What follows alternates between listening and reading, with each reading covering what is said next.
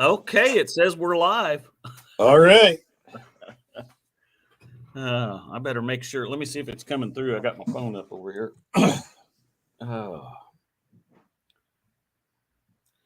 Well, I don't My see computer it. says that you're live. Yeah, so does mine. So I thought maybe it might come through. I had it pulled up here. There it is. Yep, I see us. Okay, I'm going to shut this off because Awesome. I don't think we need it on. Yeah, well, I saw your video this morning with your latest possible entry in the No Name Nationals there. So Yeah. currently, I think it's probably got more horsepower than my LTD does. But well, currently it's got more horsepower than my drift trike too. now I will say I don't want to give too much away because I got a video coming out, but I did get the cooling system figured out. Well, what was up with the cooling? Oh, well, you don't want to give too much. I don't away. want to say too much, but it Well, was I more. hope it was something simple. Yeah, it was more stupidity on my end, I think. So, but I got that part fixed. But then now there's all kinds of other problems. So, really, yeah. So hopefully, I didn't open up more problems by fixing the one, did you? Yeah, I did. Yeah. Oh, okay. Yeah. So, yeah, basically we're mixing fluids now, so that tells me we've got an issue going. Yummy. On. Yeah. Yeah, I want to take I am going to, well, there's a video coming out where I worked on the convertible because I got to get that ready for Power Tour because I leave in a couple weeks. But, right. And then, so then there's a video coming out next Sunday morning that'll, show what all the stuff with the car, but, or with the Lime Lottie Dog.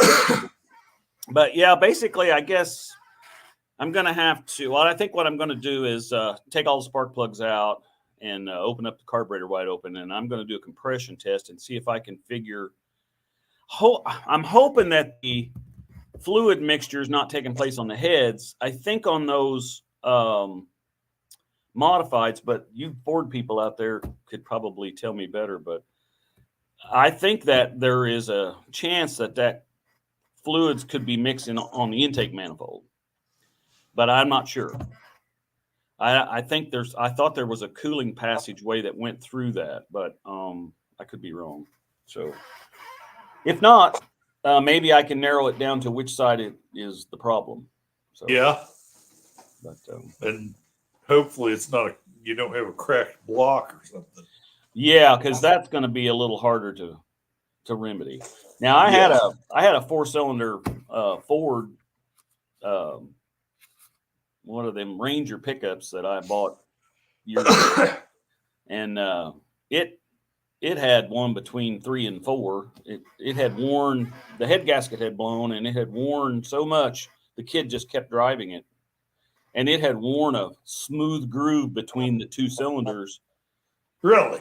Oh yeah. So what I didn't know what to do. I mean, throw it away, I guess, but I wasn't going to do that. And I wish that would have been, I'd had my YouTube channel at that time, but this has been like 20 years ago. But I just took my stick welder, that one that I've got that you've used, and I went out there and took my torch and heated the block up in that area, and then I'd just dab a little on it, and then I'd let it cool all the way down. I just kept doing that over and over and over, and I built that ridge up. And then I took a grinder and ground it down flat. Took my ridge reamer and made the tops of the pistons round again, because it had worn clear down into a path, where it was catching almost the top ring of the piston. That's how far it wore it down. So anyway, of course, my dad said, "Well, that's never going to work." And I thought, "Well, I don't know. It's junk anyway, so why not try it, right?" So I put it all back together, and it was running when I sold it. So I don't know. I don't know where that old red truck's at now, but if anybody ever tears into it, they're going to think, "What the?" That reminds me of a lot of things that I remember you doing back about 30 years ago. Yeah. Well, yeah, I remember that engine that Mike and I rebuilt in my little shed there at the base in base Yeah, housing, I and remember that too. I can't remember if that was a 380. I don't remember what that was. It, It had it was a a six pack carburetor setup on it. I know it that, was but it was a 389. 389. Yep, Yeah. So 389 Pontiac. I remember it. yeah, that thing was sitting down on that farm. Well, the last I knew, and he'd go out there every couple months and turn it over, but it never did. I mean, it never saw any engine time. I don't think we ever actually got it running. We put it back in the car, but never got that far. That car is probably long gone by now. That's been I 30, know 35 years ago. he sold it. Oh, did he? So yeah, he told me that he sold it, but I don't know any more than that. Yeah, well, I just remember doing all kinds of. We took, we had some little scales that were pretty accurate, or we thought they were, and we weighed all the bolts and rod bolts, everything, and made them all exactly the same. And we thought we were really building some kind of Blueprinted and Yeah, balanced. there you go. That's what I was thinking of. Yeah. Oh. Yeah. So, how are you feeling? Yeah, I'm feeling. I say that, and then I have to clear my sinuses. But I feel better than I did. But I don't. I'm still not 100%. I'm doing pretty good, actually. I was kind of sick that week after we put your breaker panel in, but she's sick now, and I'm probably after this live, I'm going to take her over to Zip Med or whatever it is here in town and see if, because she's got a sore throat, and I'm thinking, well, and she don't have a fever, so I'm thinking she might have strep throat or something. I don't know what's wrong with her. But that stuff that you guys give me, where do you buy that? Oh, we get that online. Okay. Yeah, you can if you'll just. Actually, we buy it through Amazon. I think if you'll just type in colloidal silver, why we can do that. We can. It's like got a comment. Oh no, strep is going around. Is that right? I didn't know that. Well, that may be what she has. I don't know. And we're supposed to, we have all these plans for the weekend, of course. And we went over to listen to some music in the park last night in Huntingburg, and that was really nice. But then, she didn't feel good, and it was getting cold, and so we went home early. And then we've got a graduation party to go to today. But if she's not feeling any better, well, we're not going to be doing that. So I think a lot of mine is allergies to pollen or whatever. It has really been a lot of pollen this year. When I get around animals, like I was down around the sale barn the other night, that dust and stuff seems to clog me up, and I never expected it to be what it was, this time around. But yeah, it was pretty ugly. But I'm starting to get things done again around the house here, so. I saw you filling up one of your beds to get some plants going. Got it filled up, and I need to build the other 4, and I need to get electricity into the shop there. Where are you at with that? Have you got the cable buried over there? I got the cable almost all of it buried. I don't have it right outside the house. Is still uncovered, but that I hand dug, and that goes into the shed over there is still uncovered.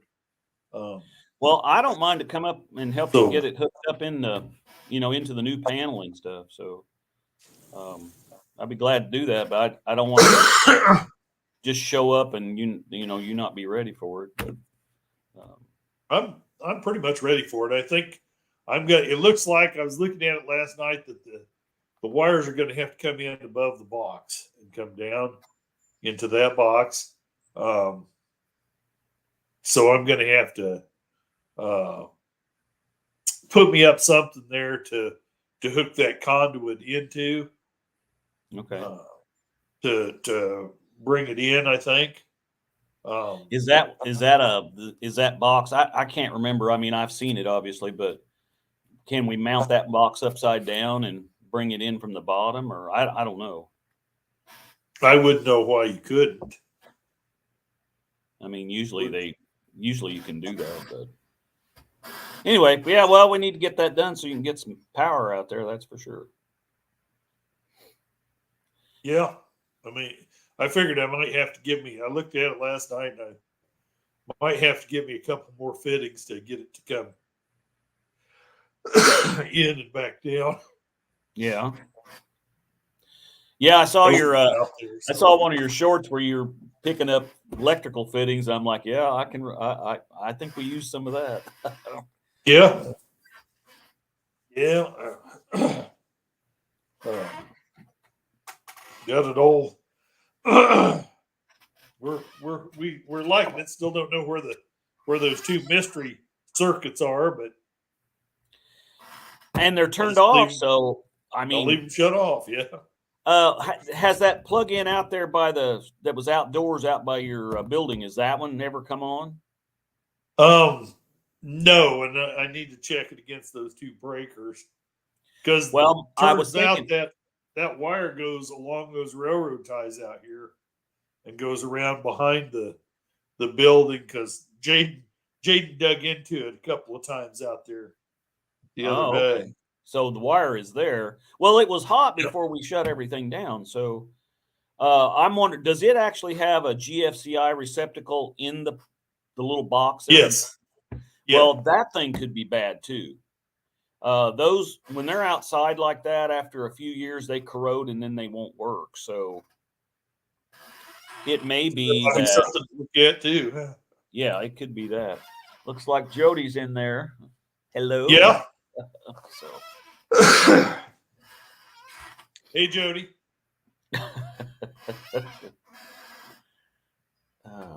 I think the dogs took off. They don't want to be in here, so they're bored. I guess they're probably in there laying beside the bed where Kelly's in bed at.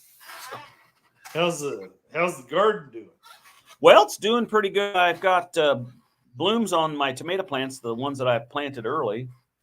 So, and I've been keeping the lower stuff all cut off like you showed me. And as far as the seedling tomatoes, I don't know. They're up about that far, and they're just kind of not doing much. Now, I did plant my gourds and loofah sponges and some watermelons. I got those planted. So I got plenty of plants left if you want some. I put it on Facebook and some places that, hey, if you want some, let me know. And I had no takers. So I got some kind of something or other growing out there. 3 of them in the compost bin, and I don't know if they're something viney. Oh yeah. So I don't know if they're pumpkins, cantaloupes, watermelons, cucumbers. I couldn't tell you what they are, but I've got 3 of them and they're just exploding. So, well, I need to get out and do a garden update. I may do that this afternoon and get that out on the RC Gardens channel. But had to go through and cut all the dead flowers and all that stuff out of all the stuff that bloomed in the front yard, and because it was looking pretty ratty. And then so I got that done yesterday. And then yesterday afternoon we had to go put the flags out, the Optimus Club. So I'm helping with that now in our little area here in our community. So we got all that done yesterday. And oh, good. Yeah, and tomorrow morning I'm planning on listening to the race. That's kind of a tradition that I grew up with here in Indiana. And so I'm going to listen to the race. Race coverage probably starts about 10:30. I'm planning on putting some bacon on the grill, which I do periodically anyway. Yeah. But I'm also going to put some eggs, whole eggs in the shell. Okay, so it's called boiled eggs, or grilled boiled eggs or something. I've been watching that on. So my grandmother used to do those. Yeah, so I'm going to try it. They said for a regular hard boiled egg, it's 12 minutes on medium heat, and If you want a soft boiled egg, it's 8 minutes. So I don't know. I thought I'd try it and see something different while I'm outside. So Now, my grandma used to do them in the toaster oven like that. really, Yeah. see, I had never even heard of such a thing. Yeah, I thought. With farm fresh eggs, though, I wonder if if you got one that slipped through and it's got a bird in it. I don't know what that'll be like when you crack it open, but Yeah, I have. Yeah. I don't seem to get too many of those, but anymore. But Yeah, I don't have any chickens, but used to well, get a few. I've been buying eggs over in Orangeville, Yeah. and which is kind of, I don't know, between French Lick and Mitchell back in the country there, but there's a little farm, a little Amish farm that I've been stopping in and buying eggs, and they've all been. I haven't had any issues with any of them really, so they've all been. I used to mark the date on mine when I would collect them. That's yeah, that would be a good idea, so you would know which ones were the oldest. Yeah. Yep. Good point. Yep. So you guys going to get some chickens again? Yeah, we're planning on getting chickens and rabbits and guineas and pigs and all of it. Mike used to have all them guineas, and it was funny. They would roost in the trees outside the house at night. Yeah. It was just kind of funny. Jody wants all them guineas around to eat the mosquitoes and ticks. Oh, they will do that. Which is not a bad idea. And that's that's why a good watchdog. They all had those down in South Missouri because they ate ticks. That's for sure. Yeah. Yeah. All the old timers where I'm from used to keep a bunch of guineas around. So what kind of motor are you going to put on that drift trike? I think, I feel like there are any number of Predator engines that you can buy off the shelf right now. Harbor Freight has a Predator Ghost. I think it's 212 cc's, and it's comes from the factory with a Hemi head. Really? It's made to race. There's lots of them around. You can even find them on Marketplace. So I think that's a little bit too easy. And there's a lot of these old guys around that still say that the flathead Briggs has more wallop to it if you know how to build it. And so I feel like for that drift trike that's kind of what I want to do.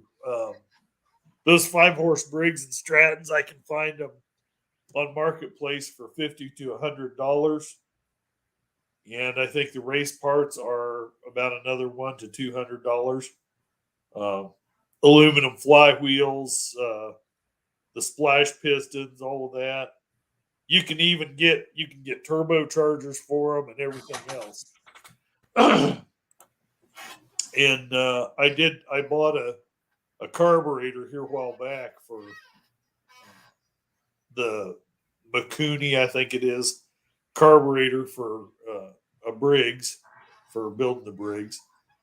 So I think that's kind of where I want to go with it. Well, that's going to be fairly doable price-wise. I mean, yeah. And I think, when it's all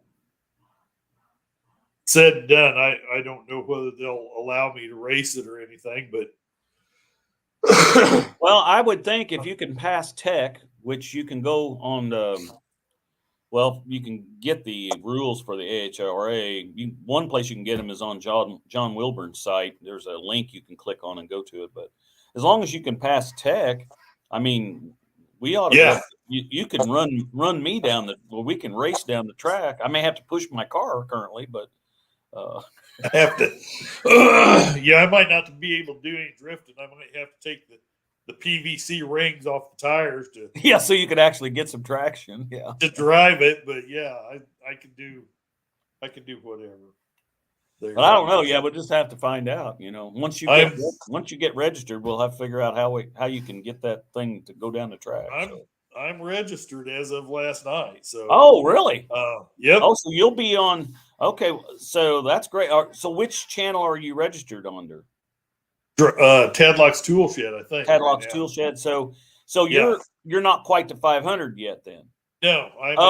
Then you'll be on Buck's next week. Then you'll probably be on Buck's. Buck does its live because he on every Saturday. In fact, if you may be on the list for tonight, actually, if you've already registered, because what he does is he takes all of the ones that are trying to get 500 subs, and then he talks about it for like 2 hours on his live. So. Oh, nice. Yeah, so I'll have to try to tune into that tonight and see if you're on there. So. Yeah, I guess I will too. Yeah, that'd be pretty cool. Yeah. So I'm already planning for next year. Yeah. My cousin has this old ass go-kart that some old guy had. I mean, it passed around King City from one person to another that I know of, but it belonged to an old guy who retired from it when I was a little kid. I remember this go-kart when I was a little kid. He used to road race. So it's got the full-on American-made bias ply tires on it. Oh, wow. Right? And it's heavy. Oh, my goodness, it's heavy. The front end of it looks like a football helmet, front bumper. Anyway, the guy used to race it. He used to have a chainsaw engine on it. So my cousin still got it. I think he had a 10-horse Briggs on it when he was a kid. And it may still be on there, but looking down here in Indiana, there's more than enough people with vintage chainsaw engines for sale. Oh, yeah. Country. So I want to get a Maul 2-man chainsaw engine and slap it on his go-kart next year. And that's my plan for next year. And I might even throw in a monkey bike in the next. Yeah, actually, I was so frustrated with that LTD 3 weeks ago. I was ready to trade it for a monkey bike because I'm just, now knowing that I got it down to another issue. That car has so many issues; it's hard to figure them all out. But yeah, once I figure out what's going on here, if I've got it tore all apart, I may just have to go ahead and put. I'd hate to have to buy a 4-barrel intake manifold for it or something like that. But yeah, especially when they're so hard to find. Yeah, but we'll see what's wrong. Yeah. I think I'm gonna continue sticking to the small engine stuff. That keeps me from taking up a lot of shop space and keeps me from spending lots of money. Yeah. If I take the drift trike this year and next year want to take a monkey bike, I just pull the engine off the drift trike and throw it on the monkey bike. So, well, and the thing about the drift trike is you can always enter in the burnout contest. Yeah. With that. So, yeah. If nothing else, Friday night's burnout contest, if they're talking like it's going to be twice as what it was last year, and it was crazy last year. So, really? Oh, yeah. It was unbelievable. I just got to get out my purple paint can and go to town, Yeah, that's right. You got your purple. Today's video, you had your purple shirt. I've got my Tadlock's hat right here, actually. So, yeah, my desk is just piled full of stuff. I mean, it's as soon as I put something away to clean it up, then I can't find it. So it's why it's all sitting out here. So I think Jody is being kind of the realist. She's saying, let's get through this year, which is probably good, but guys got to have plans, Yeah, I really like this old car. I don't know. I guess at this point, I mean, I've got to figure out, I got to get at least running decent before I could even sell it. So, yeah.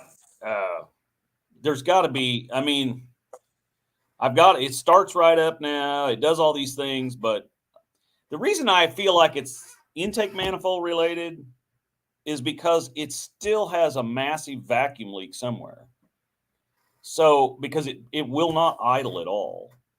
I mean, it won't idle under 1,000 RPM. You can't lower it, and it's barely running at that point. So, I really feel like it's got a massive intake leak somewhere. But yeah, anyway, well, it could be. I mean, at least the cooling issues are taken care of. But right? yeah, when you start mixing fluids, though, you got an issue somewhere. Yeah. It's too bad they can't make it so you can just pour in a mixed fluid for the whole thing. Yeah, just one fluid for everything. Yeah, I wonder how that would do if you just filled everything up full of oil and just ran it. Yeah, I don't know how that would work for cooling. I've never tried it. It might just be like brand used. Yeah, if you had light enough oil and maybe an oil cooler or big enough sump that you put your 55-gallon drum in the tank or in the trunk, then maybe hold enough oil to never warm up. I was thinking this car doesn't have those air pipe ejections into the exhaust manifolds like that Krusty Chrysler did. But when I was digging around looking in there, I was thinking, that would be cool to pipe some oil injectors into that part so that when you're really getting on it, you could inject some oil in there and get some real smoke out the back end. Yeah. Yeah. That'd make the environmentalists go crazy. So run you a spark plug wire back there and put it in the exhaust so you can shoot out some flamage. Yeah. There's one of the guys that watches my channel, and I can't think of the name of his channel. And if he watches this, he'll probably comment. But he has a older pickup truck, and I can't remember if it's a Studebaker or if it's a Chevrolet 5-window, but it's that style older truck. Right. And he's got stacks on it, and he's got some kind of propane setup on his. So when he's revving it up, then he turns that on and flames are shooting out the top. It's actually pretty impressive. Oh, I bet it is. Yeah. So I saw him at a car show last fall, and it was pretty cool. So I like them Studebaker trucks. Yeah, I actually had one on a short this week, an old Studebaker. I saw that. It had been obviously modified. I want to say that it was on a Corvette chassis. Oh, really? I forget. It was not, the body all looked or whatever, but it was not stock. Yeah. And I forget now. It's been a while since I talked to that guy, but there was something unique about it. I remember that. So I saw the guy had kind of left the original patina on it. Yeah. Give it a clear coat. Yeah. I think that's cool. So. Oh yeah, it was. It was a good looking truck. I liked it. Yeah. Yeah. I mean, anybody can paint one and make it look nice. Sure. No, maybe not me, but. Well, yeah, or me either, but. The lime latte, what does it say? The lime latte da might just be eye candy this year. Well, that may be. Yeah, just like brand used. It's the color of a circus peanut. Yeah, I may have to trailer that thing down there, and maybe I may have to run Eric's 72 down the strip. I don't know. You take that lime latte da on a trailer down there, and then bring you about 3 or 4 sledgehammers and charge $5 a piece for people to whack it 3 times. Yeah, that I have seen that done make your money back one way or the other. Yeah, I've seen that done at the county fairs. That's funny. Yeah. Well, yeah. The other thing is, if I trailer that down there, there's enough guys down there that knows how to fix things. We can probably get it running. But I hope to have it running by Well, there then. you That's the go. goal. I mean, there's 168 days left yet.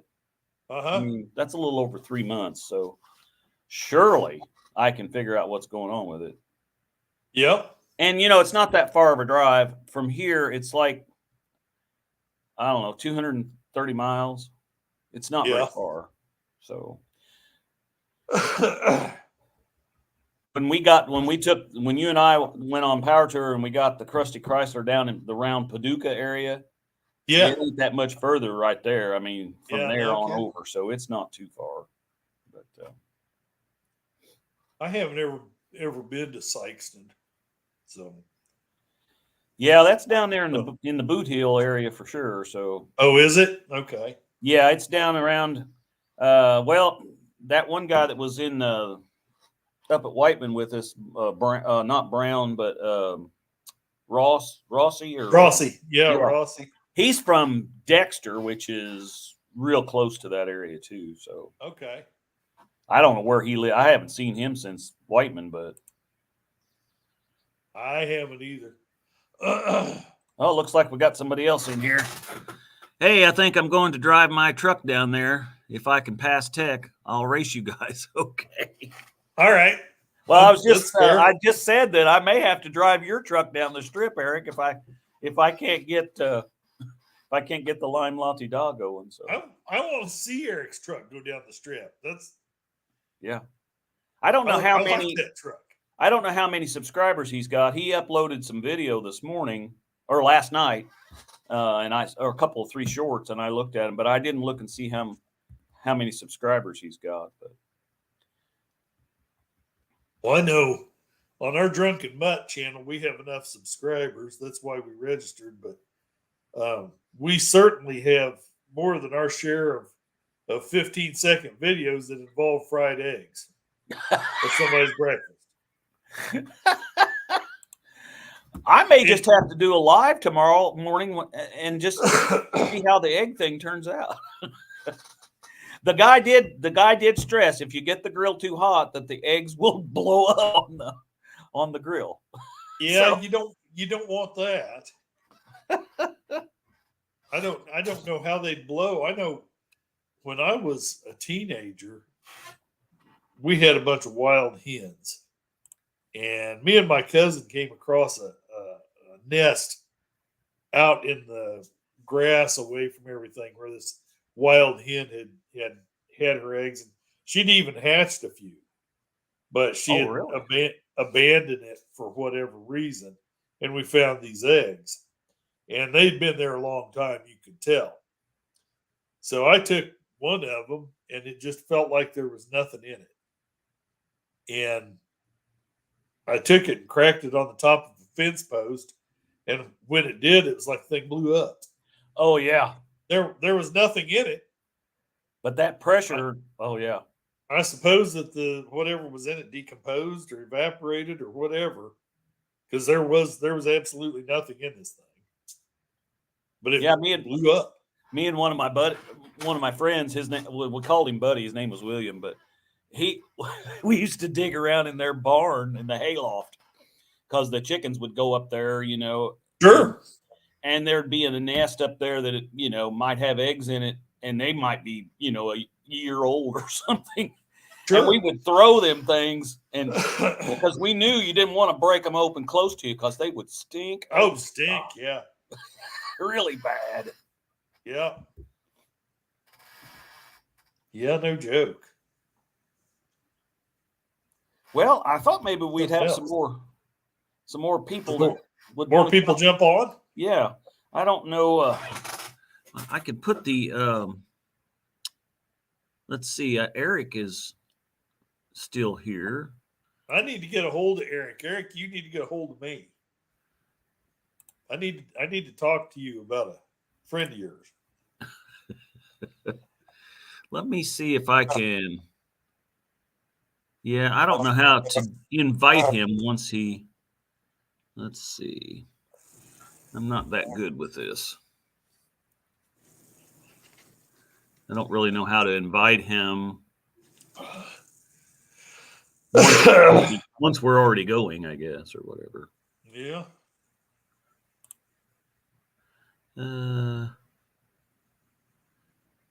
Guests can stream this to their own. Yeah, I don't know. That's okay. Does this talk involve mules? Well, I don't know. No.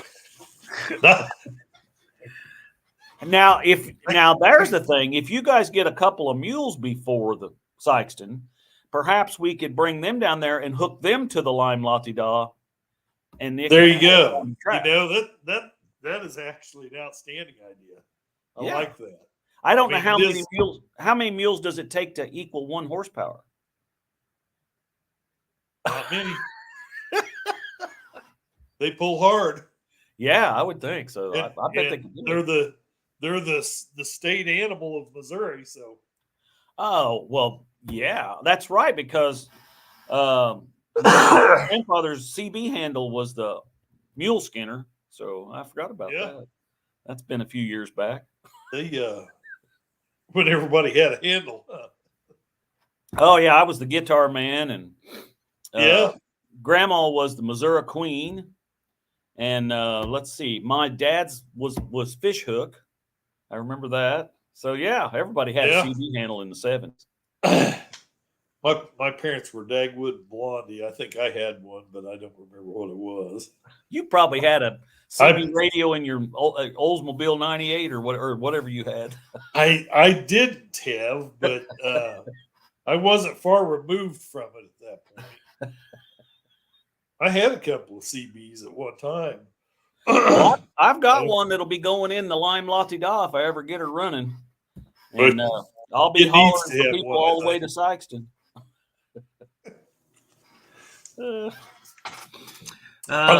Kent has a backup vehicle. It's on his channel this morning. Yeah, I saw that. So if you haven't been out there, he actually kind of challenges the Lime Latte Da there. So yeah, and right now I want to challenge everybody that's going to the No Name Nationals with that rig. Yeah. Well, I heard you. It sounded like it kind of turned the tires over there just a little bit in that video. It did, just a little bit. Just a little, yeah. But that's better than my drift trike with no engine. Well, at least that one is kind of about the same as mine right now. The only thing is mine weighs 4,000 pounds and yours probably weighs, 50. Yeah. Yes. I noticed yesterday, though, I was pushing it, and it sits in the front. It sits way low to the ground. Oh, yeah? So it's maybe 1.5 inches, maybe 2 inches off the ground. So if there's any variance out there moving around in the parking lot or anything, I'm going to drag. Well, I mean, I don't know what it's like this year. We went through another winter, but last year, I mean, the parking lot is in the track, or the track, of course, and the return road from the track. All of that is real smooth. Now, down at the burnout pit area, there's some places down in there you're going to get high centered on, but I think it'll be. Well, I've only got a space about this long that's that far off the ground. So if I hit it hard, maybe I can slide on over it. Well, you have to put some hydraulics on that front fork so you can raise it up. So. Yeah, that's what I need. I could do a low rider burnout. Absolutely. Burnout trike. Drift trike. Let's see. It says Ken has backup vehicle. It's on his channel this morning. Oh, yeah, we are already. Yeah, that's what we were talking about. Yeah. There's CB apps now. Is that right? I didn't know that. Like a Zello. I thought Zello was for real estate or something. Well, that's Zillow. Okay. Zello. I never heard of Zello. So. Zello. Yeah. There's so much out there. I'm just,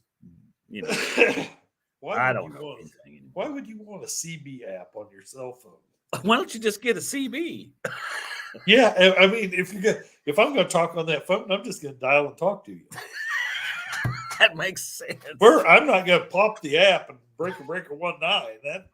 That ain't going to happen. You know, you were talking about an app that made me think of the other day. You were talking about you couldn't imagine why they don't have an app for the Farmer's Almanac. Which yeah, you know, this thing. And then I was thinking, well, it's kind of like cursive writing. So to me, it kind of, if everybody can do it, then it's not a cool thing, you know? So cursive writing, if you're wanting to, you know, write somebody a message and you don't want anybody in the younger generation to know what it is, just write it in cursive writing because they don't know what that is. So yeah. At least some. Now, maybe not all, but some. Yeah, I don't think it's all. I know that I was in a college math class with a guy last year. Of course, I was the ancient one in the class, you know. The teacher was older than me, but I don't think by much. But all these guys, you know, were early mid-20s, and all of them could do advanced math very well. But the teacher was trying to help one of these young guys out, and he looked at the teacher and he says, "I don't read cursive." There's and I was just like, "What? Who doesn't?" Okay, I know the world that I lived in, and now I'm living in a different one. So, well, I think probably quite a few that know. The school system that we have here currently is still teaching it in the early grades, but mainly they're teaching it so you can learn to write your name. But the way everything has become DocuSign, DocuSign this, DocuSign that, Sure. nobody. So I suspect that it will be phased out totally eventually. But yeah, I think probably so too. And you know, honestly, I don't really know the purpose of having more than one writing style. Oh, I don't either. And it's always been easier for me to print. Same with me. I think with my dyslexia, cursive writing was always, I had to think. But learning to draw pictures of letters, it was just easier for me. I've always just printed, but I do know how to cursive write, and I try to do that when, you know, like when I send out Christmas cards or something like that.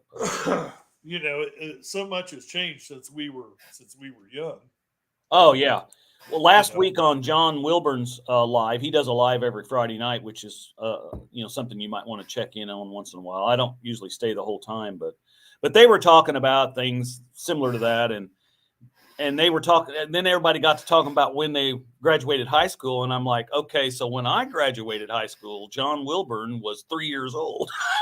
So, you know, that just kind of gives you a perspective of the age differences. Yeah, some of these folks that'll be down there, so it's pretty funny. Yeah. Let's see, Jody says, and then we can continue to use it when it was. Oh yeah, she was talking about that Zillow or whatever that they use. Zello, yeah, they use that in their career days and stuff to contact each other back and forth. So that's interesting. Oh wow, yeah. I guess that would be handy.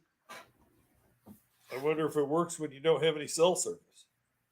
Well, I don't know. Now, there is something. I remember when cell phones were fairly new, of course, and there was a thing called Talk Around at that point, and you could sign up for it. It was like an app, I guess, probably kind of thing, but you would, they were on, that's back when we had flip phones, or whatever. So you would just, you would pop it open, and then you would punch in a couple of numbers with whoever you were going to talk with. And it would just go up to the satellite and back to them directly. And you were just talking like we are now. So I don't know if you can still do that with cell phones. I never really understood the reason for doing that versus just calling someone. And then one time somebody said, well, when you use that Talk Around, you're not using your minutes on your phone. Of course, my phone, I'm not a plan like that anyway. I have unlimited, but I know there are people out there that do have that kind of stuff. So maybe, when I used to, well, I'll tell you, an example is Mike, that friend of ours that lives in Oklahoma. When I would text him or email him or something, he sometimes wouldn't answer me. Well, you know how that is with him, but he sometimes wouldn't answer. And then when he would, he'd say, well, I didn't have enough minutes or whatever kind of, he said that. So you should message me through Facebook, and then it won't be using my, and I'm like, well, I don't use Facebook Messenger, so I can't do that. Yeah. For the longest time, I thought texting was the weirdest thing on the planet. My girls would be sitting on the couch, we'd be watching TV, and they'd have the phone over there, and they'd be, doing this. And I remember one night I looked over at Kristen. We turned on this TV show for her, and she wasn't watching it at all. And I looked over there. She just going to town, and I'm like, "What are you doing?" And she said, "I'm texting." And I'm like, "Well, who are you texting?" And some boy that lived down the road from us there. And I said, "Well, that thing ain't a typewriter. You want to talk to him? Dial his number." It's 7 digits. Instead, you're sitting here like this. She's like, "Well, I don't want to talk to him."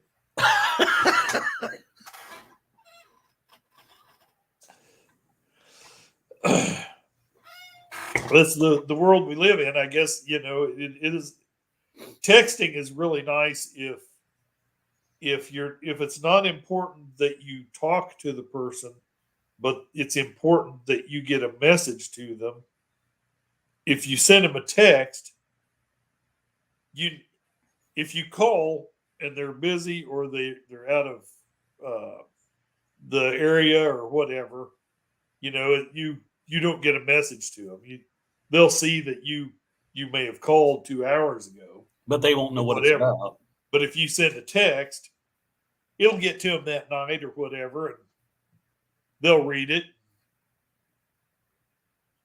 Either, text you back or. I actually like text, because, well, yeah, Jody's putting a good point on here. So many robocalls, people don't answer the phones, and that's true. Yeah. I don't either. Yeah, and because of that, and a lot of, I try to watch who calls me, because I do still work part-time, so I have to have people calling me. But I to be quite honest with you, I don't use my voicemail anymore. If you try to leave me a voicemail, it's going to tell you it's full, because it is so full, and it'll have all the messages that are on it are people trying to sell me a lot insurance for my business, or sure, you're eligible for a $50,000 loan and through the VA. And I mean, I don't want people calling me like that. Yeah, so me too. That's one of the reasons I don't use my voicemail. But I do like the text. It's like you said, if I want to text you and say, hey, give me a call tomorrow if it's convenient for you or something, or I want to tell you about so-and-so, at least you know what it's about. And when you got time, you'll call, or something like that. So, well, that's like, I'm a pretty big texter. I do pick up probably more than I should. I'm always, of course, some of them say spam alert or telemarketer. Not all of them do. I get some, and I'm like, I look at it and I'm like, Tempe, Arizona. I don't know nobody in Tempe, Arizona. Yeah, exactly. I'm not picking this up, That's when I got one the other day from Bloomington, or from here in Indiana, and I was like, "Do I pick up?" And I'm finally like, "Okay, I'll pick up," because I think it did say Bloomington. And I picked up, it was my doctor's office. Oh, so see, yeah. But, you know, I feel like, I don't know you. Your number ain't in my phone. I'm probably not going to answer it. I don't know whether that's good or bad, you know? Well, it's kind of, it's everybody's that way anymore. I mean, they just get bombarded with those calls, and yeah, it's kind of like we were saying about the world we live in. You know, it used to be that they told you that you would use cursive writing for the rest of your life, and then they taught penmanship. They wanted you to be very neat. yeah. You know, now they're telling you when you sign something, make it a squiggle. You don't want to make it neat because then people can forge it. People can steal your identity. You need to make it unique. Accountants the same way about their numbers, I guess, you know. And when we were kids, the teachers would say, well, you're not going to have a calculator with you, you know, all the time, every day for the rest of your life. And, you know. Yeah, well, I got one. I got a flashlight, calculator, you name it. I got it right here. Yeah, and I use my calculator a lot. I mean, I really do. So I think I like that tool on my phone. So I do use mine about every morning once, but when I check out the locomotives, the dual engine ones show two sets of hours. Oh yeah. And so when we write down the hours on the locomotive every morning, there's one box, so we have to combine those. So every morning, you know, it's like 1,672 plus, believe it or not, the other engine may have a difference in hours of 3 or 4 hours, maybe. You know, you have to average them together. Sometimes you can multiply them. Sometimes you just add them and throw the number in there. Then on the back side, it has 2 spots for each one. So, but that's really the only time I use my calculator, but I do use it. Like, I'm not going to figure out some weird number, like I said, 1,679. If it's 1,600 and 1,600, that's easy enough. But Eric says he's got to go. He's got to work on his push mower. Yeah, he said he had to clean the carburetor out on it so he could get it to run. So, yeah, but well, good luck with that. Especially if it's the first time this year.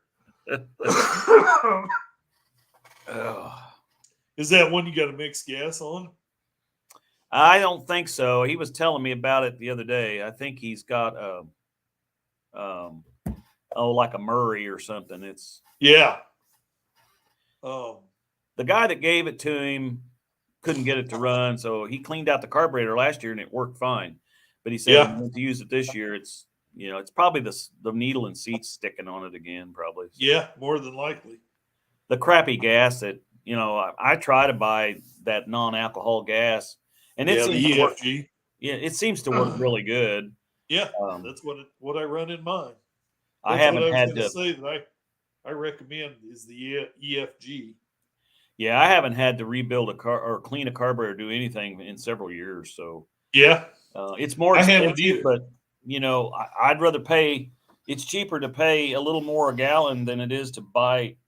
Spend the time tearing your absolutely, especially with like my chainsaw and stuff like that I may only use once a year. I want it to start when I go out there and pull on it. So I've tried all of those additives you put in this.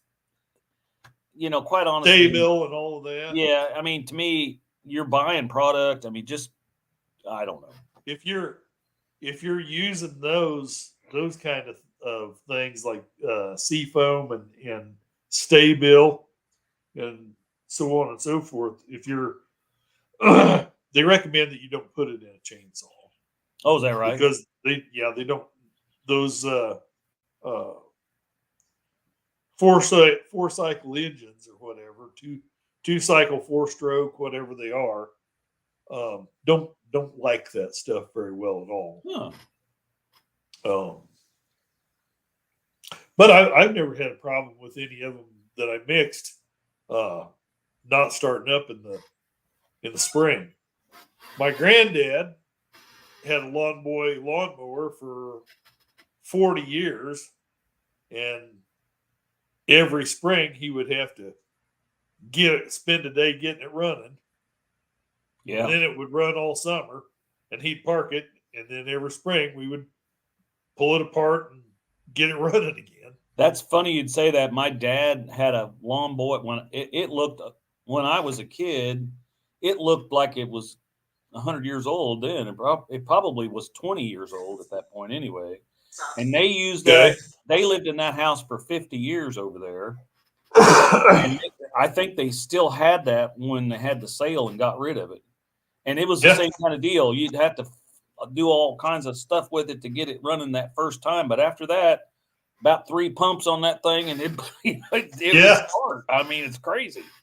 Yeah, it is. It is. I used to compare some of the cars over in England to those. People would say, can I leave my Vauxhall parked here in the parking lot, while I go on leave for 2 weeks? It'll never run again.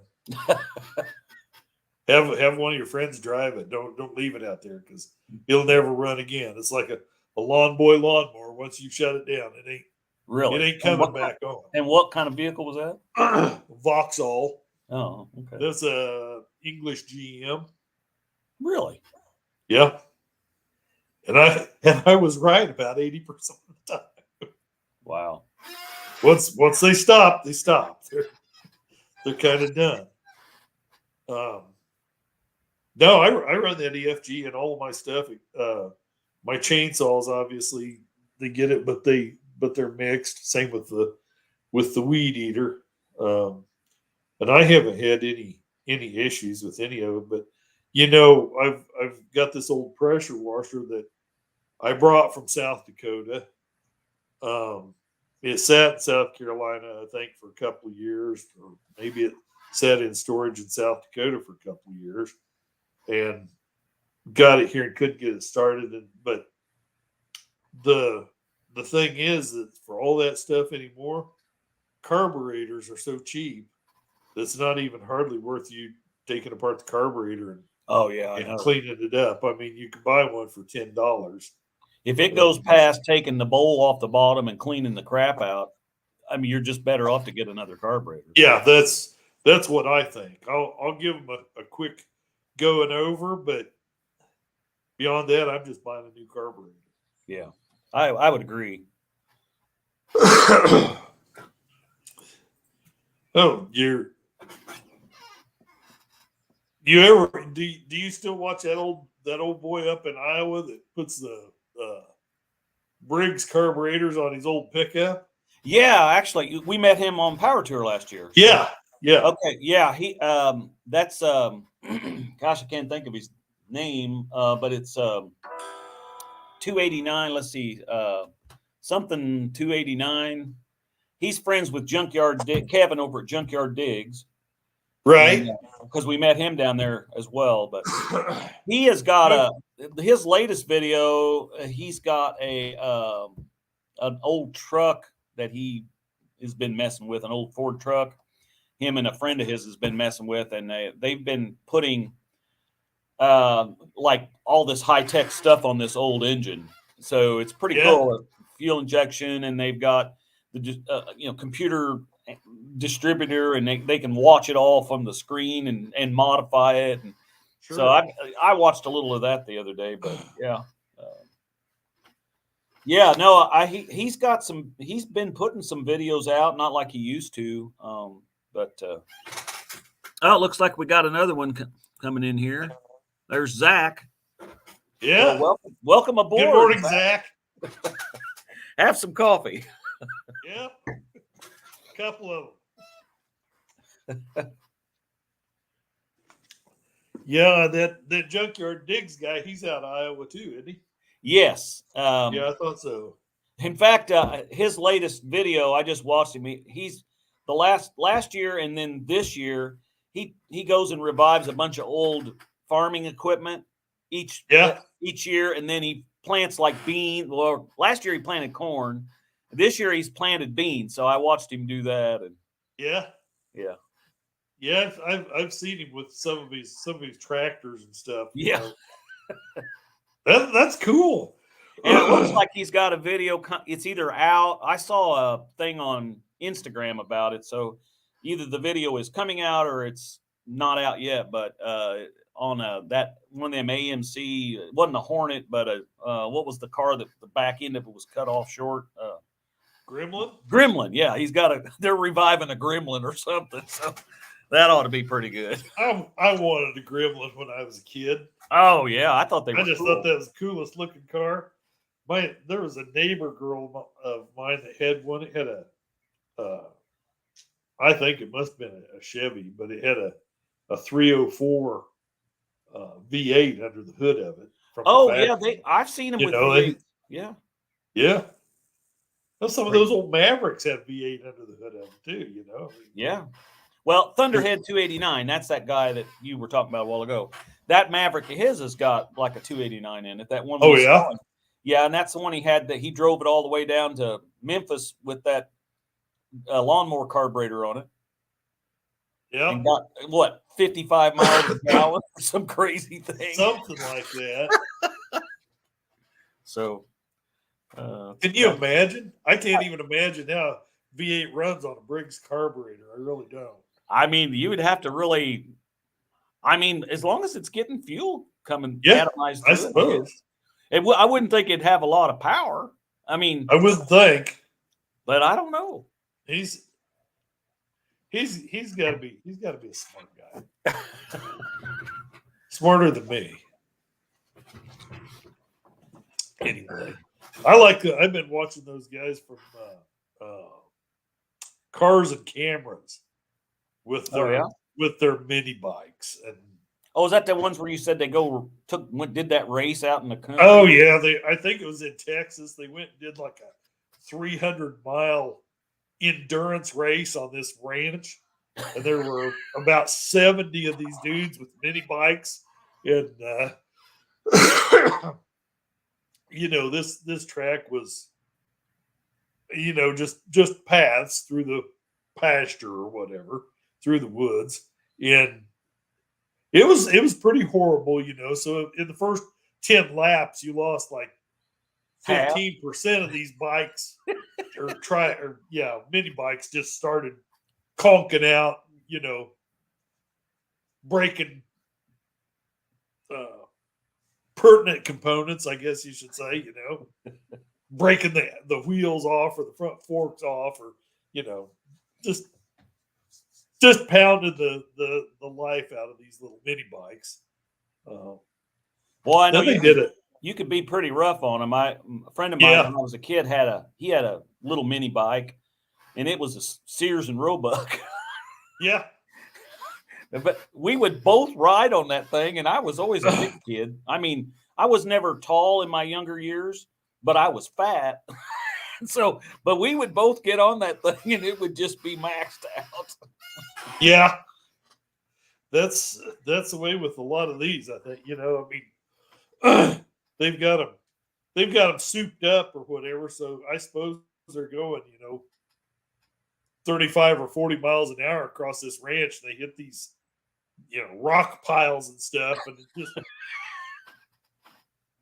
I think that sounds kind of fun, really. It does sound fun. It sounds fun as all get out to me. They do one. I think they take a 500 or 1,000 mile road trip.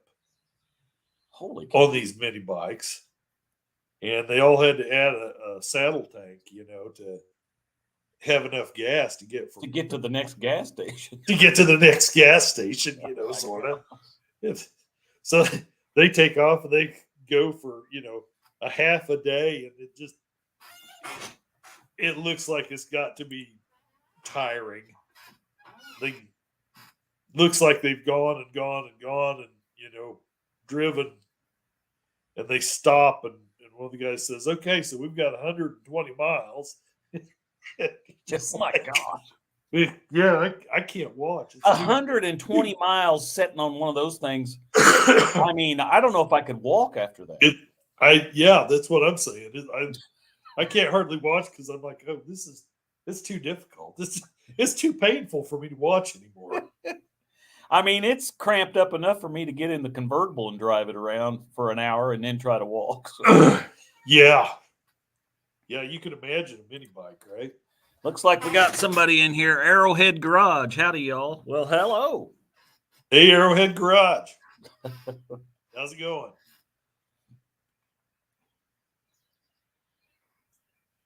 Well, I think getting one of those little monkey bikes would be kind of fun, actually. Yeah, me too. Me too. Like I said, as aggravated as I've been with this LTD, I'd probably trade it for one. But anyway, I'll get it figured out. But I haven't seen around for a while is those little bitty crotch rockets. Oh yeah, we used to sell those at the Flying J when I worked there. Yeah. Yeah, they were cool. Used to see them when I was up in Rapid City. I always said that the shop should get a couple of them, and we could come in on weekends and race through GP and SP. Yeah, and drink beer, or get us a whole crowd of them and go on up to Sturgis. Looks like Arrowhead Garage is getting ready to do a little wrenching this morning. I don't know what are you wrenching on. So yeah, I need to get out and do a little wrenching too, but I may have to take Mama RC to the doctor first. We'll have to see. So. I'm gonna have to pop on and see and take a look at Arrowhead Garage and see what's going on this morning. Yeah, maybe some good stuff. Maybe he can fix my LTD.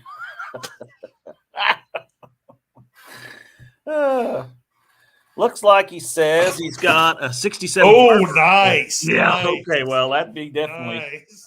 I noticed the Pontiac looking emblem there on him, so that'd be. Yeah, nice. I saw that too. Those. Wow. What an awesome machine that is. Yeah. You're You out of my when league. I was in high school, there was a lot of cars in the parking lot like that back then. Yeah. I mean, Camaros and Firebirds and all of that stuff from the 60s and 70s. It was great. You could buy 67 through 69 GTO, Firebird, Camaro in good shape for $1,500. Oh, if you had $1,500 back. Yeah, of course I did, and that's why I drove a $200 Pinto. Yeah, I had my dad's divorce car. Oh yeah, the big car. Yeah, but it was a Pontiac. It was a 69 Bonneville. Yeah, I think we saw one that reminded you of it when we were on Power Tour last year. Yeah, that green Catalina on Power Tour last year. Yeah. I would love to have that car again now, but boy, I hated it then. Yeah, brown LTD. When I was in high school, I started out with a 71 Pinto, and then I don't know, somehow my dad it caught on fire. No, well, probably no, it didn't. But my dad had an LTD that he drove back and forth to work. It was a 73. Yeah, he was going to throw away. So he went and bought a pickup truck anyway, and so I wound up with that LTD for like $200, and I drove that 73 LTD. I drove that thing for, oh my gosh, I can't imagine how many miles I put through that thing. I love those LTDs.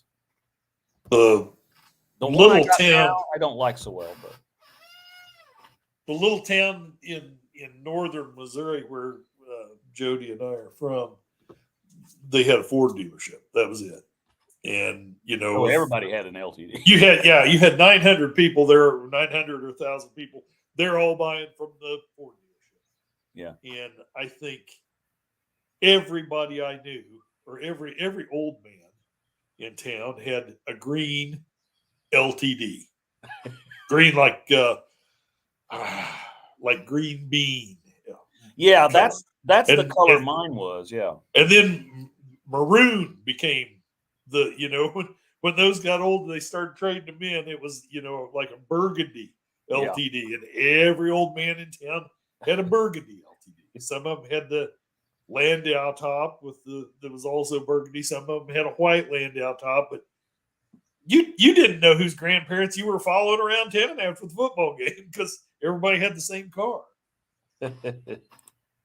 Pickups were kind of the same way. Yeah, he's Jody. Jody says her parents had a burgundy and a navy. And a navy, yeah. Well, Jody, when I met Jody, she had an old brown Montego. Oh, cool! Man, I'd love to have that now. 76 Montego. Was it a 4-door? I think it was. Oh wow, that would be so cool to have.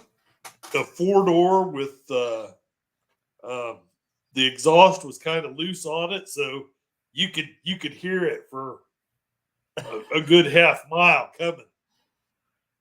I remember the Ford commercials from the 70s that they had some swanky looking chick on there and like a bikini or something talking, and the music in the background was going 1972 Montego and all that kind of stuff. Yeah, that's pretty cool.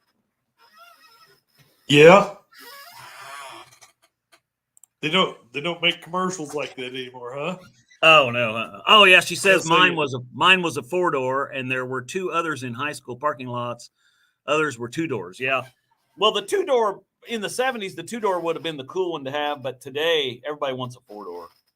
Yeah, because it's just I don't know why, but another one of those changes, right? When I can remember when I had, as I say, I had my dad's divorce car. It's an old green Bonneville, and people would ask me, coming up on my 16th birthday, I'm like, what's your car going to be? What car have you got? Whatever, It's like, I got Dad's old Bonneville, They're like, a 4-door? You've got a 4-door?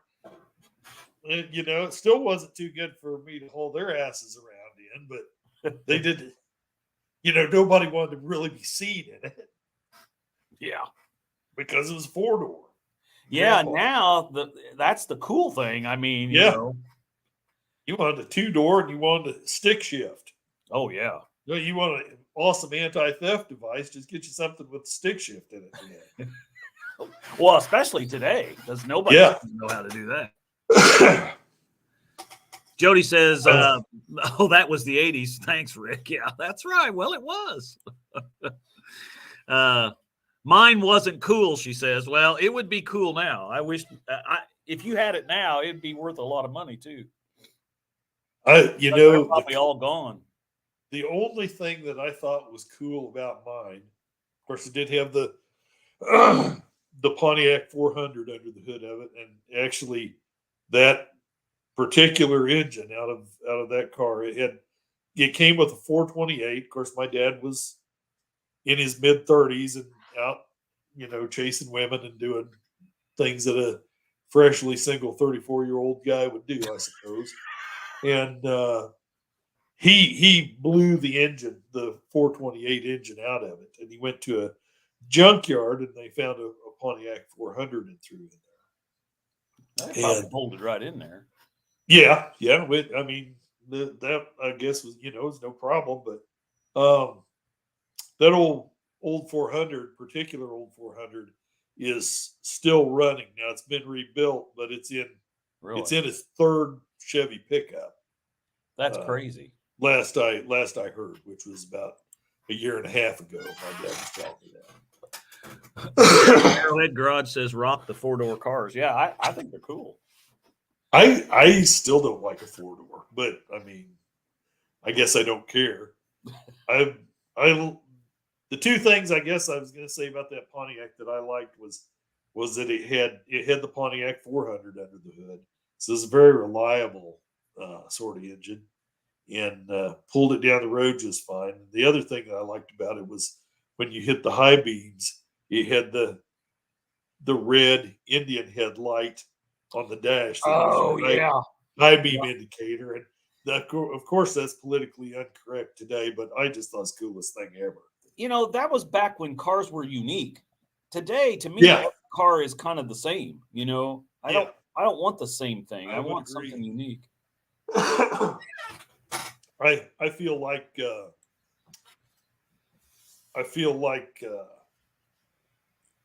among pickups anyway, the big three are having a contest to see who can make the ugliest truck. Yeah. I don't think a good looking truck has been made for quite a long time. Well, And quite even honestly, yeah. the Tundra that I drive, I don't think it's a particularly good looking truck. It just happens to be, what I have for a truck. Zach wants to know if Mama RC. Yeah, well, I don't know if she has a really bad sore throat, so I'm going to be taking her probably to the doctor after a bit. So that's what that's about. We saw a cool car yesterday, Rick. It was a fixer-upper convertible in where? Avoca. Avoca? Is that in Indiana? Yeah.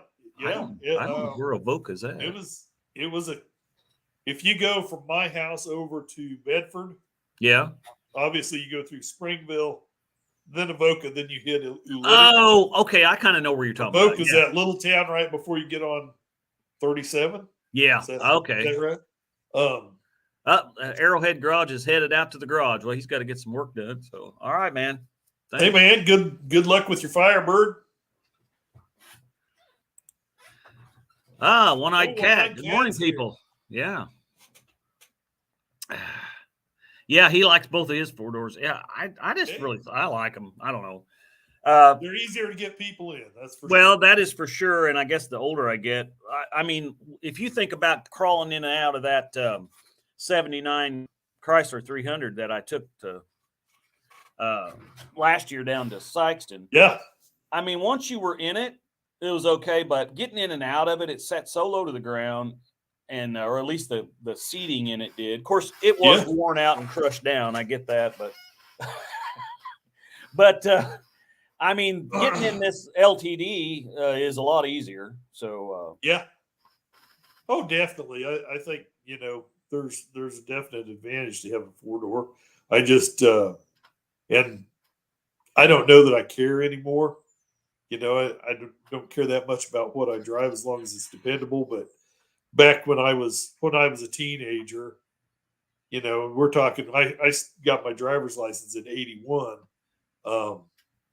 When you start talking back then, nobody wanted to be caught dead in a four-door. Oh no, absolutely not. And the standard transmission or manual transmission. Some of the insurance companies charged you more for having one of those. Yeah. And all the young boys wanted one, but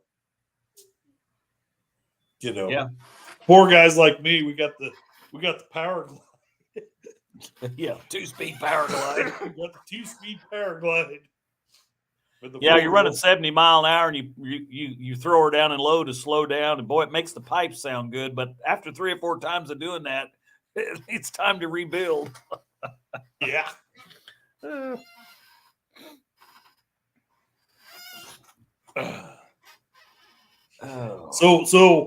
what are both your four doors there? One eye. Yeah. What kind of four doors you got? Yeah. What kind of four doors you got? Tell us about.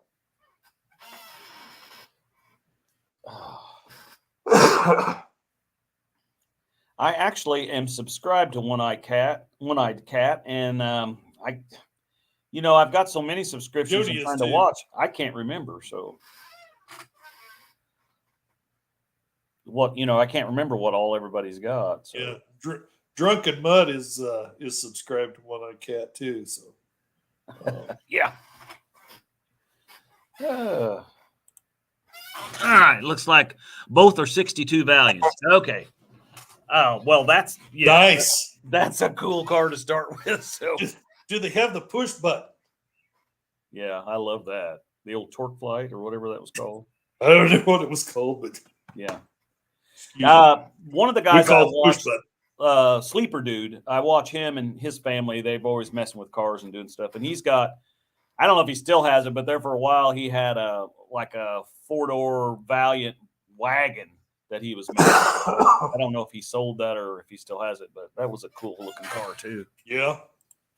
Let's see. One is a factory 225 with push button. Nice. And the other is stuffed Oh, with nice, a a 440. 440.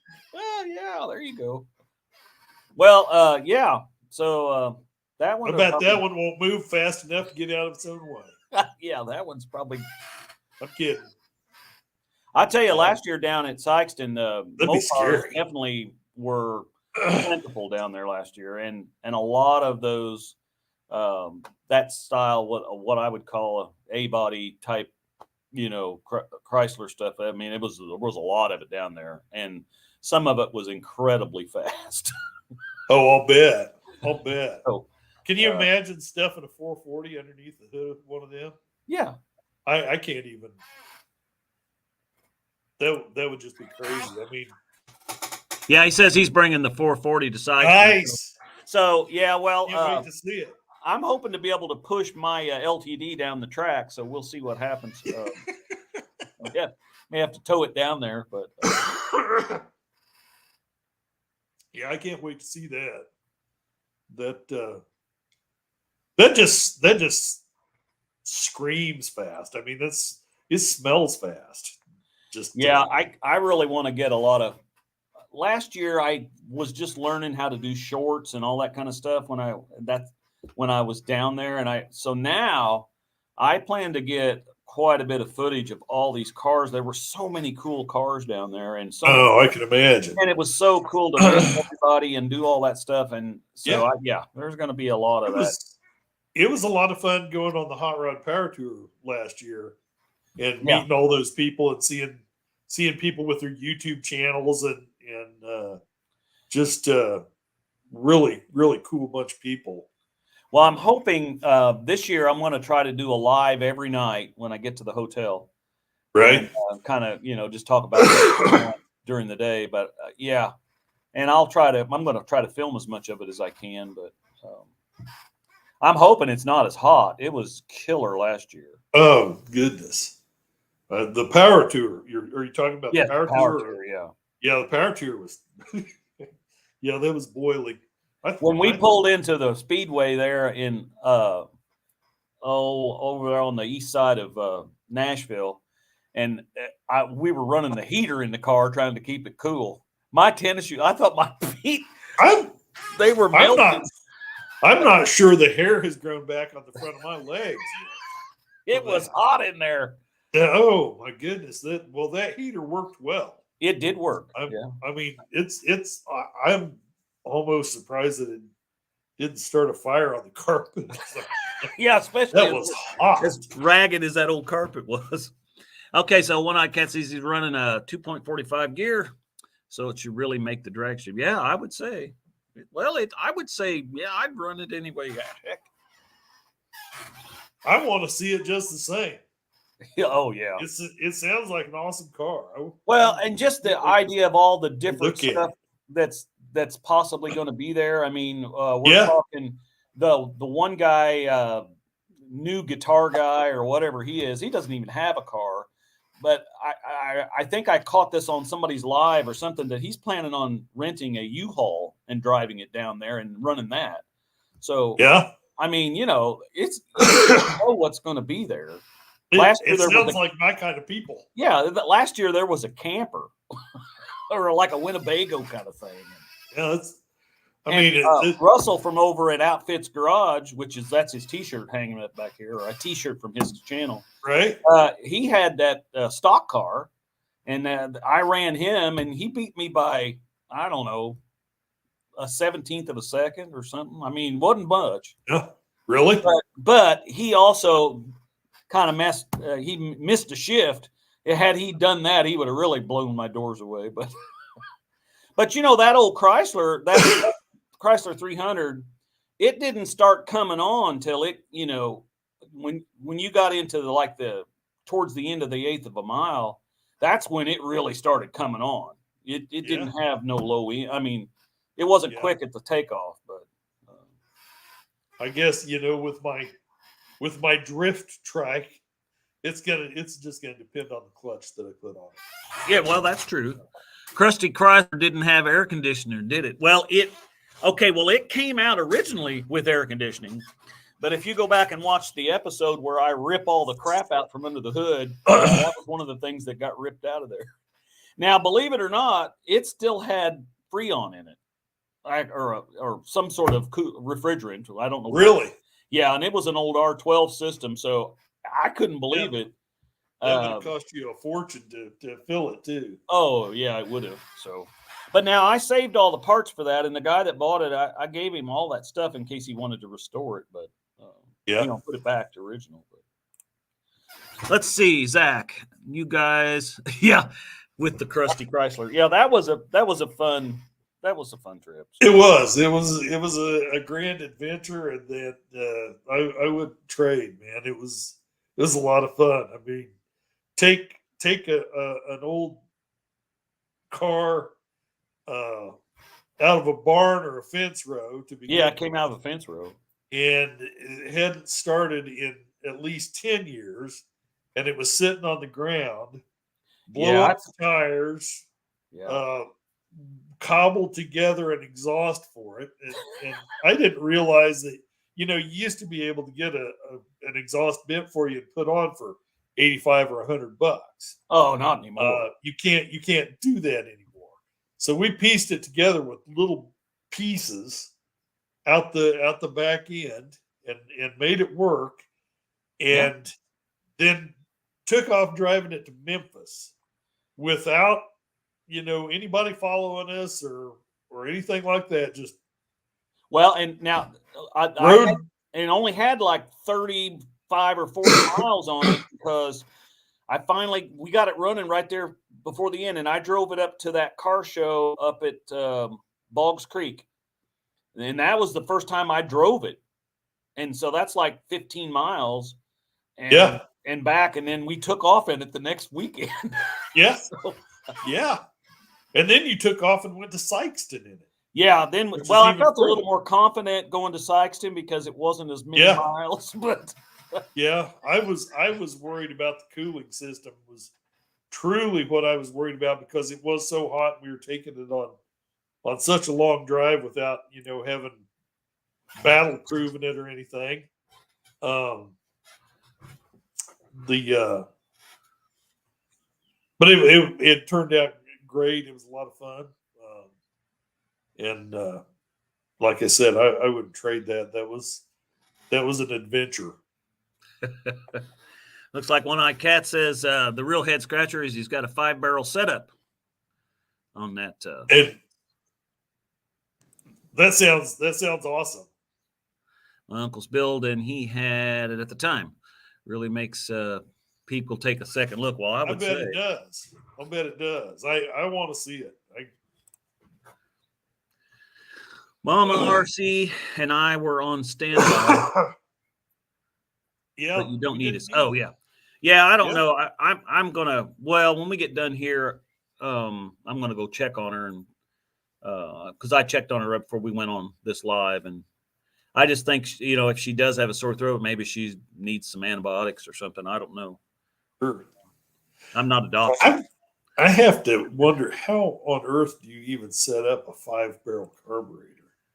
Yeah, I got to slip over to his site and check this out because I mean, I've watched some of his videos, but I have not seen that. So I don't think I've seen any of his videos, but I'm gonna hop on over there and take a look here later on today. See what I can see. I think Monday, the holiday, I'm going to drive up to Worthington. Yeah. To the 67 Cafe or whatever it's called and have lunch. So I don't know how far that guy is from you guys, but I think that's what I'm going to do. Worthington? That's no distance at all. It's right over here north of Bloomfield. Yeah. There's an old guy out in the country. I always take the back way into Worthington on 252. Let's see, 431. I don't know what it is. No, it's 267. Anyway, take the back way over there. And then there's an old guy he lives in a church. Okay. Right. So he has turned this old Methodist church, and it's really run down and just a shack. But he has turned this into a junk store. So he lives in amongst all that, and he's taking the pews out, and he's got all these tables set up in there. And I usually try to go through there about once a year and check out his latest junk. So I'll probably do that. I like my junk. So One-Eyed Cat says the head scratcher is a 4+1. Oh yeah. They got a one barrel. Ah. There's what I was looking. RC. Who is the other gentleman? This is Kent from Tadlock's Tool Shed. He just recently registered for the No Name Nationals, and Kent and I have known each other for many, many years. We were stationed at Whiteman Air Force Base together in the early 80s. Wow. Okay. Late 80s. Well, yeah, I was there early 80s and then left Yeah. Korea and then came back, and that's when you came. So I got there in 88. I think you and I were there together from 88 to 90 or 91, something like that. Yeah. Because that's when we were up in the we were in the new shop then. Because the first time I was there, we were still in the old T9 hangar. Yeah. That was before my time. And then by chance I ended up in southern Indiana here by RC industry, we've kept in contact all these years with, maybe just a Christmas card or whatever. And now I live about 40 miles north. So, yeah, it's not a bad. We get together and hang out. Yeah. So it's, it's about a 55-minute drive. If you're being if you're being wild, sometimes I can get up there in 45 minutes, but. Hey, I have a channel, a couple of channels, basically that I did just to get the 500 subscribers. So it's full of shorts, but my Tadlock's Tool Shed is honestly the heavy content. It really isn't there. I don't have a lot of cars and stuff that I work on or isn't what I have intended for the channel. But for right now, it's got us getting us where we need to go.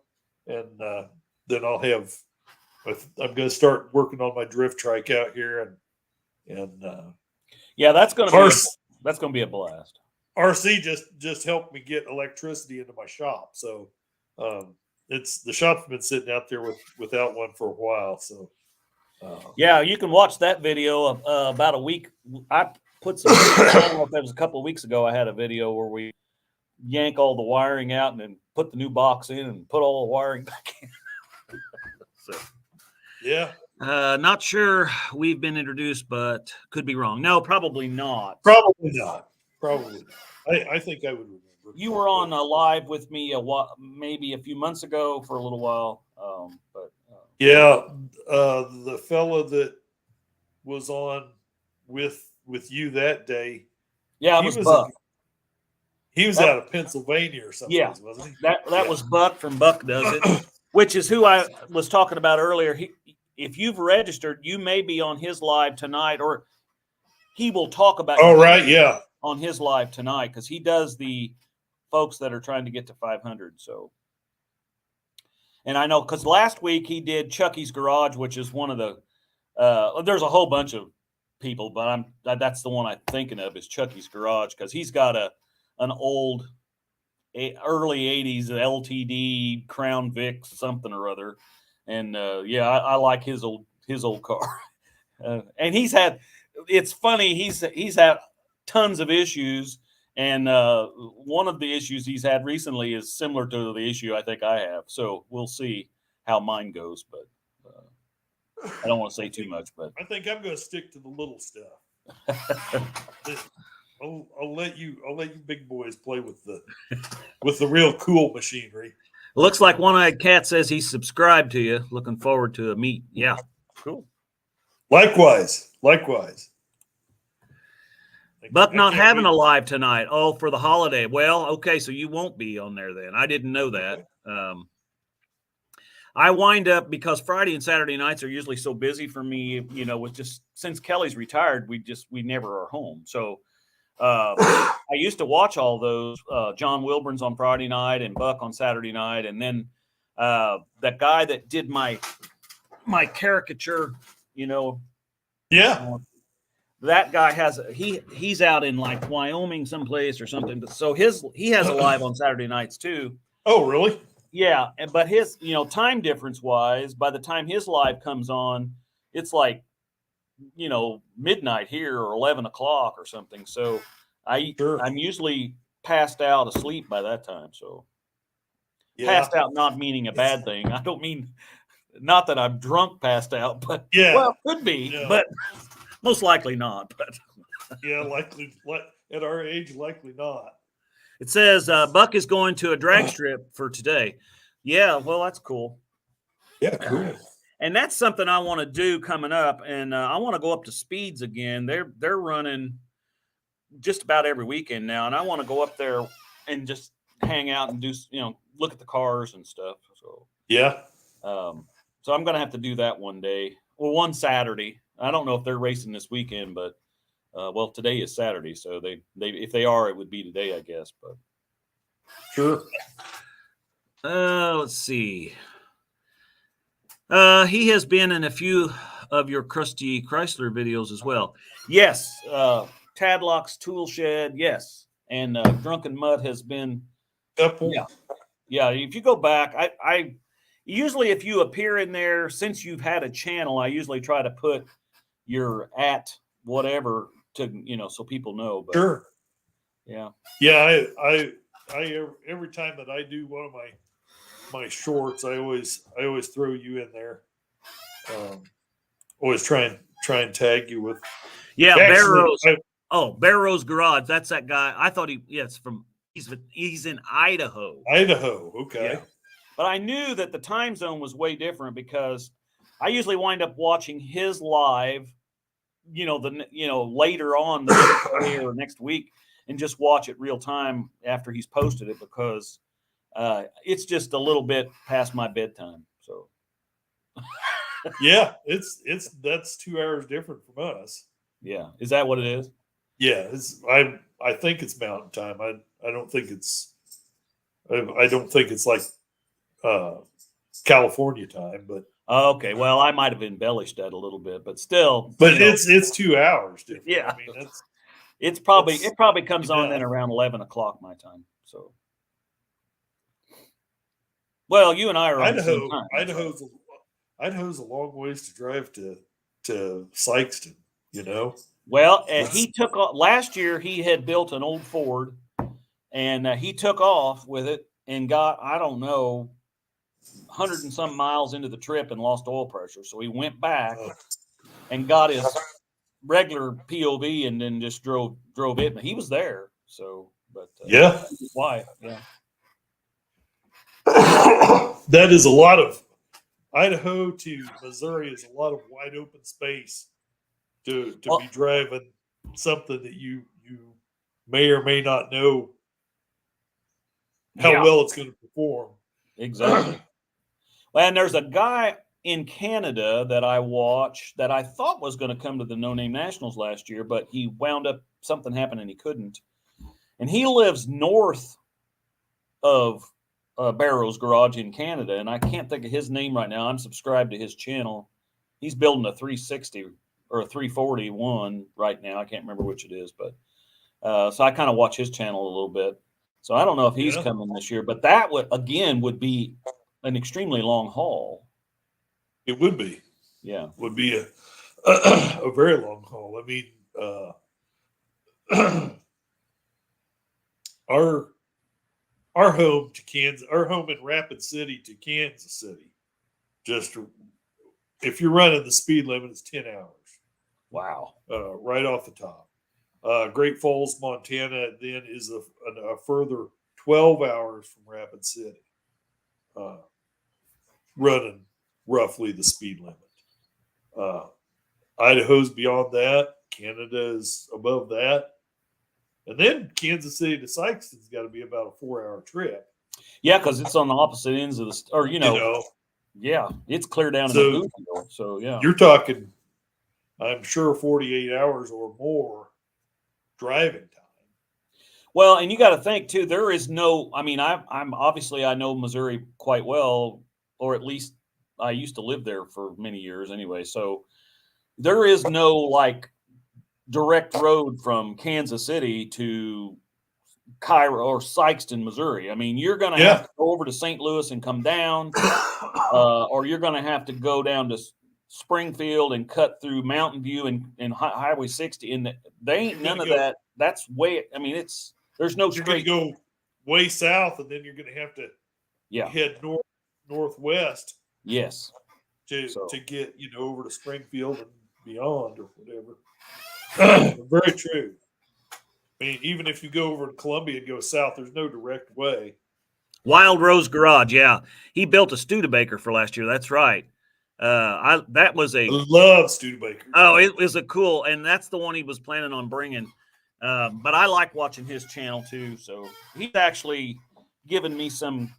He's texted me before and given me some advice on some stuff that I was having trouble with. So Wild Rose Garage, I think I've seen that. Yeah. With some of the different ones. He's a pretty plain spoken guy, so I kind of like watching him. So yeah, I'd like to see Jonathan W. roll in with one of his with something steam powered. Oh yeah. I like Jonathan. He used to just do crazy builds on cars, stuff that nobody else could do, and he would put a 1956 Cadillac V8 into a I don't know what Model T or some crazy thing like that. But now he's into the steam engine stuff, and it's kind of interesting. All that stuff is, but it is. It's very interesting. I like to watch all those guys that work with their hands. And I don't care if they work on cars or what they work on. There's JB's little shop. Yeah. He's in Howdy, JB.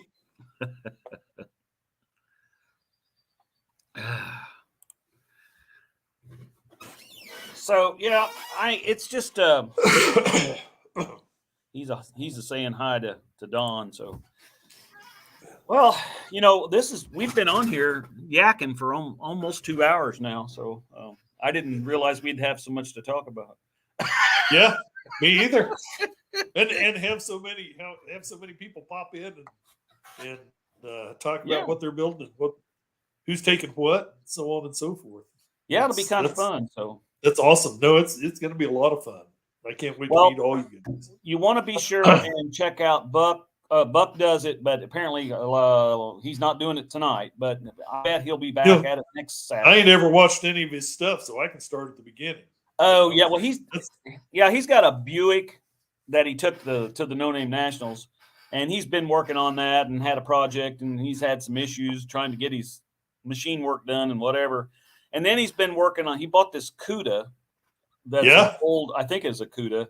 That was an old drag car, and it's really rusted out. So he decided he was going to fix a few places, and it has turned into, the whole thing is.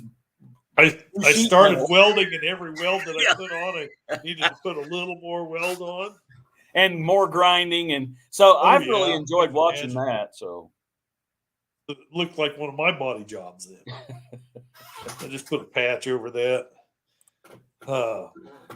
Do you still watch Puddin's Fab Shop? Yes, I do. I like that channel. I don't watch it everything he's doing anymore. It's kind of like Vice Grip Garage. But I still watch it, and I don't dislike that channel.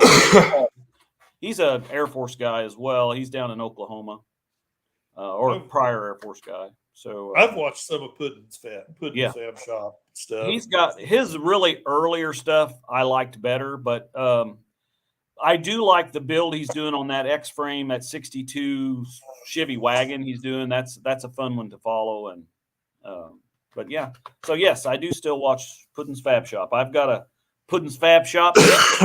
So I like him, and I like excuse me, Redbeard's Garage. One of my absolutely, that Fury build that he's been messing with. I like him too. Yeah, and I'm gonna see if I can't, call it prodding the bear a little bit, but I want to try and call these guys from Cars and Cameras out and see if I can't make them show up at Sykeston with their mini bikes. And they just look like they'd be a lot of fun to hang out with. Buck has impressed me with the amount of metal fab he is doing and has done already. Yeah, I know. Me too. I mean, I used to be a body guy, so I mean, that's what I learned when I first got out of high school, and I learned the old way of, welding and using lead and filling and painting with lacquers and all that. And I hate doing that kind of work. Buck is really he has made. The only other guy that I've watched online that takes the time and cuts out and welds in and grinds down and everything is Scott from up at Cold War Motors. I mean, I've watched some of his stuff. He will take a year and just take a car that don't even exist from the chrome down on the, or whatever, and then just rebuild it and just build it. And it's crazy. It's pretty crazy. So yeah. I'm not that patient anymore.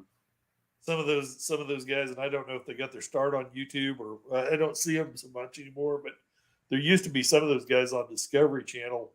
One that I used to watch, I don't even know his name, but he had this dude that worked for him, and they would bring in a car that his body man didn't like the lines on. He'd just start taking the torch, start cutting and tucking. And by the time he got done with this old car, it had these cool body lines, and it looked like absolutely nothing that came out from the factory, but it was way cool. And another one that I watched was took place down in Cuba, and the mechanics there have a very hard time getting a hold of a lot of the parts that they need. Well, yeah, they're still driving because 60s or 50s cars, 50s cars and keeping them up and running. And so you see those guys putting, boat motors in an old, Ford sedan, stuff like that. It's cool to watch what they can do,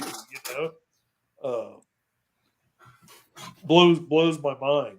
The talent that some of these people have is just crazy. Well, that's kind of where I got my whole logo for my channel, making it just like brand used, because my grandfather, the old Missouri Mule you mentioned before, was his CB handle, but he could do anything with he carried a pair of needle nose pliers in his pocket and a screwdriver, and he could do anything. And I'm not exaggerating. I've seen him take a 350 Chevrolet transmission apart, and he might have added a snap ring plier or two, but I mean, he could just take it apart in that old garage of his, and it's just a dirt floor, and piece stuff together and put it back together, and it would work. I mean, he was he was very talented. And, I didn't learn a whole lot from him, obviously, but some maybe, but I did learn my knack for just trying to make something work. So I've seen you put together and hillbilly together things for over 30 years. First off when we were in the Air Force together. Yeah. And it hasn't changed that much. I think you did learn quite a bit from that man, apparently, from things that I've heard you say about him and so on and so forth. I've seen you take apart things and just I'd be like, he is not. Oh yeah, he is. We used to take apart go back together, but I mean, we would take apart them hydraulic pumps for them Heisler lawnmowers that the base had. And I don't know how we would get that stuff put together, but we would get it back together and it would work for a little while. We had a lot of them put together, that's for sure. Looks like he's in here from Levi's Backyard Performance. Yep. So good morning, Levi.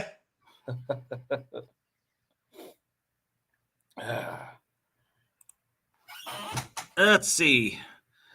I'm more impressed by the backyard builds than I am the big. Absolutely. Well, I think so too. Really, Absolutely. I mean, I have nothing against it. When I go to these car shows, I went to World of Wheels up in Indianapolis, and it's absolutely amazing the stuff that's But It I don't is. have $100,000 to put in the LTD, so Yeah. I No got to joke. try to keep it reasonable. So I don't even have a few thousand to throw at I've got an old Chevrolet pickup out here that I was using as my work truck, and now I'm gonna sell it. But I'm not gonna blow my nest egg at something I can't afford. That's no, not gonna be me. So I'll stick with the drift trikes or the whatever I can build that's small and manageable, and I can walk away and leave in the corner of my shop, and it's not taking up right. a huge amount of real estate or anything like that too. Well, at least you've got the real estate here. I don't. I do. Since I don't have my workshop and stuff anymore. I mean, to do anything here, I mean, it takes up. Yeah. It's either like working out under the shade tree, which I am right now, and the neighbors hate that, and then, or I have to park something that's in the garage out of the garage, and so But There again, the guys who can do what you do in a space this big, just amaze me. That's not me. yeah, you better get But you some yeah, coffee. He says he's a little bit early in the morning for him, so yeah. Well, where are you at, Levi, that it's so early in the morning for you? Or maybe you're just not a morning person. I figured he'd be a drag racing. He may have drag raced last night. So. Oh, yeah. Yeah, could be. Yeah, One-Eyed Cat says he recommends coffee. Definitely. Yeah. It's JB as well. Okay. Yeah, go out there and rev up the LTD. Oh, yes. Well, I did that yesterday, actually. About the time I saw Zach drove by yesterday and honked when I was doing some filming. I wasn't filming at the time, and I had just been revving it up at that point. But I will say the cooling system is working now, but that's about all that's working. I think that with the LTD, probably in fitting with the era that it was built, it probably would be a great idea for you to get one of them tune horns from J.C. Whitney if they still exist. Wake up the neighbors that way, I remember the thing I always wanted when I was in high school from J.C. Whitney was a set of them 6x9 speakers that went in your back window deck, and they looked like pump organ pipes sticking up. I don't know why, but I can still remember them. I always wanted a set of those. I wanted the little manhood ornament that was going like this. Oh yeah, and his hand would light up. Yeah, it looks like backyard before Levi's. He's been working 16-hour days. Good, great. Ooh. Yeah, that'll get you some rest. That's no fun, man. If you haven't watched his channel, I don't know if you have, Kent. If you haven't watched his channel, he's got and I may get this wrong, but it's like a 75 or 76 Chevrolet Laguna. Ooh, nice. Yeah, and it's my parents had a 73 Laguna, I believe it was. I'm not sure the year of his, but he might, tell us. But I went over and visited his shop, and we talked about it a little bit in the video. But yeah, he's got a lot of projects going on, and he also races. So I think I watched that. That was over east here, wasn't it? Yeah, it's down by one of them casinos. Like I don't know, it's east of Vive, but I don't know. It's back in there, somewhere before you get to Cincinnati, but. Right, yeah. I remember seeing that. I'll have to take a look at it again. Woo. He said Monday was a 20-hour day. Oh my gosh. Yeah, well, I don't do those kind of days anymore. So. Luckily. So, he runs a record, doesn't he? No, he works. No, maybe he'll tell you. He told me what he does. Yeah, we're talking about you like you're not here, Levi. Yeah. Sorry. Yeah, he's here. Let's 20-hour see. day. Those are no fun.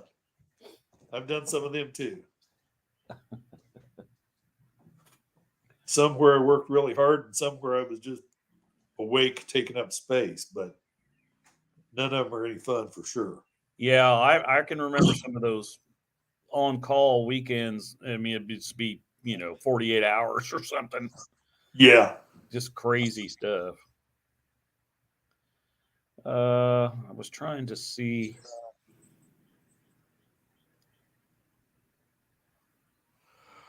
I don't know, Dylan. He'll just have to tell us. I don't remember what he told me he did, but anyway. Well, we're coming up on 2 hours. We probably ought to wrap this thing up, I guess. Okay. So I may have to run her over to the doc and see the doctor. So. Sure. But it looks like I have many, many different YouTube channels to check out. Yeah. Subscribe to here. Yeah, and don't forget to maybe next week, if you've just registered, then John Wilburn will talk about you on his channel. He does Friday nights. So he did his last night. So he'll do a Friday night live coming up. And then I'm sure Buck will be back at it next Saturday. So you want to check those two out for sure. So, Yep. Well, thanks for joining me this morning. And we'll have to do another Saturday morning coffee talk. And I'm with you. All right. I'm up for it. Everybody have a great weekend and enjoy Memorial Day. And happy Memorial Day weekend, everybody. Yeah. We'll see you. Yeah. Catch you later. I'm out.